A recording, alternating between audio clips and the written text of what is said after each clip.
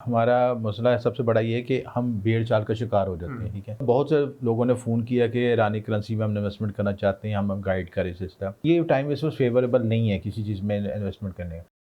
अस्सलाम वालेकुम जी। मुझे रेहान हैदर कहते हैं। आप मुझे मेरे सोशल मीडिया प्लेटफॉर्म्स पर देख रहे हैं। नाजरीन, बहुत से लोग सवालात करते हैं कि आप भाई एस्ट्रोलॉजिकल वीडियोस बनाते हैं, इस वक्त तमाम तर सूरत हाल को मद्देनज़र रखते हुए इन्वेस्टमेंट कहाँ की जाए? ज़मीन प्रॉपर्टी में की जाए, गोल्ड में की जाए, सिल्वर में की जाए, या फिर आजकल एक ट्रेंड चल रहा है, ईरानी करेंसी खरीदी जा रही है। तो इस मौजू पर बात करने के लिए हमारे साथ मौजूद हैं astrologer sir M A Shami.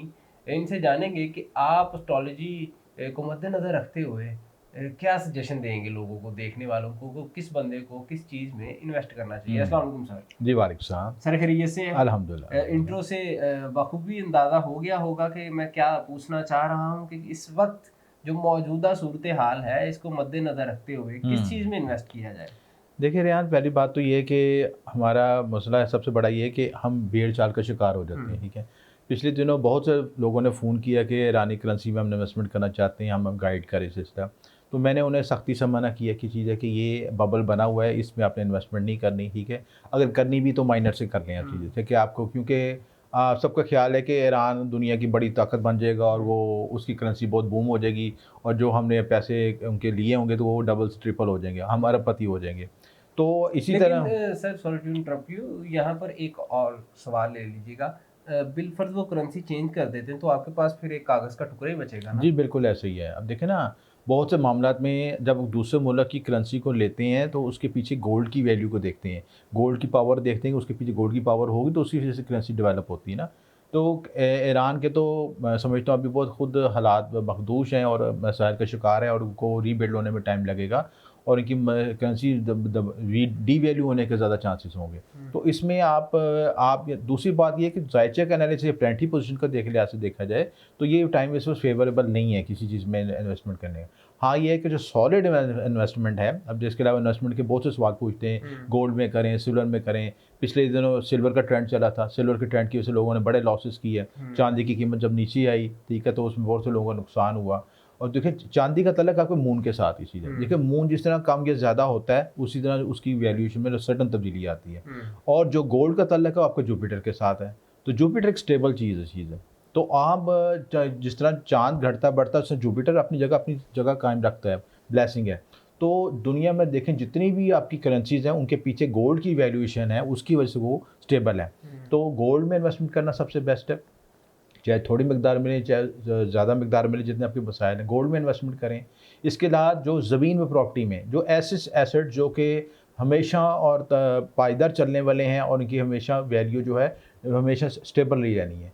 और अगर आप कोई प्लॉट लेते हैं या कुछ चीज़ लेते हैं तो कोशिश करें कि किस्तों पर ना लें, उसको डायरेक्ट इन्वेस्टमेंट करें ताकि आप लॉसेस से बच सकें। नहीं तो ये किस्तों पे लेने से क्या मसला होगा? मसला ये होता है कि बहुत सी सोसाइटियाँ फ़ेक होती हैं, मसाइल होती हैं, फिर कानूनी पेचीदगियों के मसाइल और उनको लोग डिलीवर नहीं कर पाते। हुँ। तो अक्सर ऐसे केसेस देखने में आता है। तो मैं तो ये कहूँ कि जब मुल्क में अनस्टेबिलिटी हो और आपको वेरिएशन हो और ऐसे केसेस पहले नज़र आ रहे हों, तो आपको अपनी इन्वेस्टमेंट सोच समझ के इस्तेमाल करनी चाहिए ठीक है। इसमें चीज़ें। तो किन किन बंदों को गोल्ड में इन्वेस्ट करना चाहिए? देखें, गोल्ड के लिहाज से तो जुपिटर तो सबको चाहिए। हुँ। जुपिटर तो ब्लेसिंग है, जुपिटर तो आपकी पॉजिटिव एनर्जी है।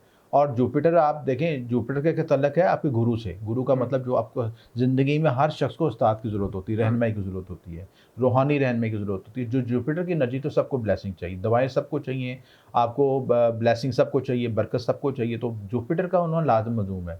तो गोल्ड के लिए तो मैं सबको सजेस्ट करता हूँ कि तमाम बरूज वाले चाहे थोड़ी मिकदार मिले, चाहे ज़्यादा मिकदार मिले, कुछ इन्वेस्टमेंट ज़रूर कर लें ताकि वो आपको लॉन्ग द रन आपको बेनिफिट दे सके। अच्छा, इसमें ये भी होता है कुछ लोग शॉर्ट टर्म इन्वेस्टमेंट करते हैं, यानी कि 2 महीने के लिए, 3 महीने के लिए, बाद में वो सोच करते हैं कि एकदम डीवैल्यू होगी। हुँ। तो ये नहीं आपने देखना, जब लॉन्ग टर्म प्लानिंग करने हैं तो उसमें आप 2-3 साल का मार्जिन ज़रूर रखें ताकि आपको उसका रिज़ल्ट सही मिल सके। ठीक है। दूसरी बात ये कि आप इसके अलावा लोग कुछ क्रिप्टो में भी इन्वेस्टमेंट करना मैं चाहते उसी हैं। तरफ आ रहा था कि ट्रेडिंग हुँ, कॉमन हो चुका इंडिया पाकिस्तान में भी, हुँ, फॉरेन कंट्रीज में तो था ही। हुँ, क्रिप्टो करेंसी में किस किस हद तक इन्वेस्ट कर सकते हैं हुँ। और कब तक? देखिए, जो स्पेकुलेशन के जो काम होते हैं ना, हुँ। उनका ज़ायचे के अंदर 5वां घर होता है। पांचवें घर का तल्लक आपको जुए से, सिट्टे से, ठीक है, इन चीज़ों से तल्लक होता है चीज़ें।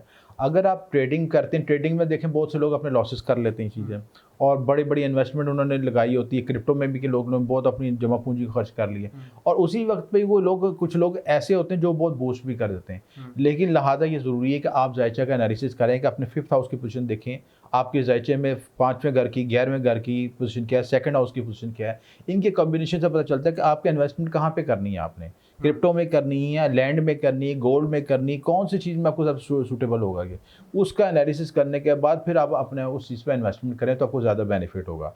और क्रिप्टो के लिहाज से मैं देखता हूँ कि बहुत ज़रूरी है कि आप पहले क्रिप्टो में स्टडी करें, आप नॉलेज होना चाहिए, ठीक है ना। आप देखें किसी के कहने पे भेड़ चाल की तरह ना इन्वेस्टमेंट करें, पहले इसको एवेल्यूएशन करें कि आप उसको लेके चल सकते हैं।